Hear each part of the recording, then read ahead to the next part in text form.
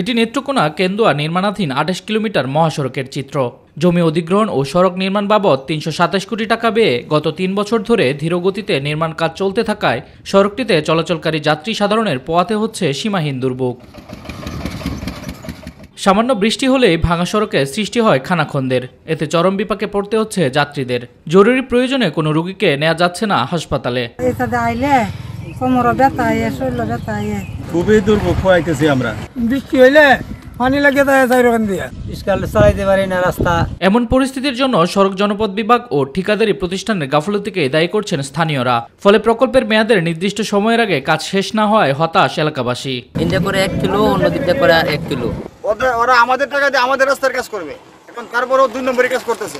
আমরা সরকারের কাছে এটাই দাবি যে রাস্তাটা একটু তাড়াতাড়ি আমরা করে দাও। কাজের ধীরগতির কথা স্বীকার করে জমি অধিগ্রহণের জটিলতায় প্রকল্পের মেয়াদ বাড়ানো হবে বলে জানান সংশ্লিষ্ট ঠিকাদার ও সড়ক বিভাগের নির্বাহী প্রকৌশলী। এখানে ল্যান্ড অ্যাকুইজিশনের বিষয় ছিল, ল্যান্ড অ্যাকুইজিশন প্রক্রিয়া এখনো সম্পন্ন হয়নি, ফলে ল্যান্ড অ্যাকুইজিশনের জায়গাগুলোতে প্রশস্ত করতে আমাদের অতিরিক্ত সময় প্রয়োজন হয়েছে। চলতি জুন মাসে সড়কের নির্মাণ কাজের মেয়াদ শেষ হবে। জনসাধারণের চলাচলের জন্য দ্রুতই এই সড়কটি নির্মাণ কাজ শেষ করার দাবি জানিয়েছেন এলাকাবাসী। শামস তাবরিজ উচ্ছ্বাস, মাই টিভি নিউজ ডেস্ক।